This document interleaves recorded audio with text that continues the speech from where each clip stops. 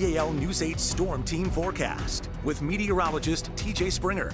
Looks pleasant in Lebanon, but it doesn't necessarily feel that way unless you're a big fan of that heat and humidity. We can see the blue sky as we glance off toward the east-northeast. We are expecting that heat and humidity to add fuel to some storm potential later on today. For now, not really seeing anything on a super Doppler rate, just a few clouds out there, but as we expand the picture just a bit, we can see there is a storm system to our north. There's a front that's draped out to our west, and that's going to be that lifting mechanism to try to enhance our storm potential later on today. Already seeing some of those out across western Maryland, and it looks like actually maybe just about to the Maryland state line, closer to the West Virginia state line there. Something we'll be keeping tabs on through the remainder of the day, but it doesn't look like anything will be terribly widespread.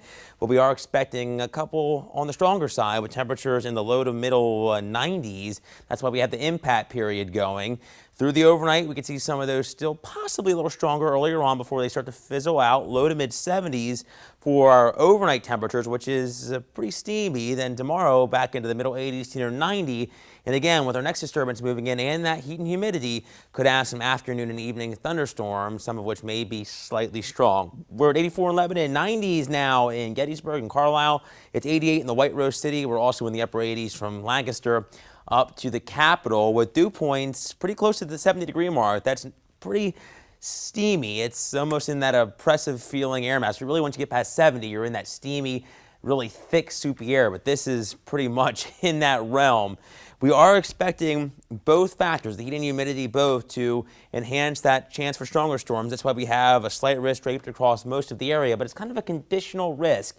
If that cap or that layer of warm air aloft doesn't break, we likely won't see much development at all. So we'll have to see how much lift we can get into the valley to boost that chance. But still, we could see some gusty wind, some heavier downpours. The good news is the tornadic threat is low, at least here. It's higher up to our north, up across New York. We may see some hail in some of the stronger storms as well if they can stay a little more isolated. Here's a predictor as we time out the rest of our day, really not showing much coverage. We're dry likely through the evening commute, but as that cap starts to break down past dinner time, we start to see some of those storms trying to develop and move through the valley. But even through the overnight, not a lot of coverage in storms. But I think still the potential's there, so make sure you stay tuned for our latest. Now, our News 8 Storm Team 10-day forecast does show temperatures a little cooler as we get through the weekend, but still near 90 degrees, and with the humidity, it'll likely feel like the 90s. So expect that into the weekend. Watching out for some hit or miss showers and thunderstorms, not just tomorrow, but again into the weekend. It looks like a slightly higher chance early in the week, and then we have the warmth and humidity sticking around with still not washouts, but slim chances of rain, Susan, right through most of the 10-day. All righty.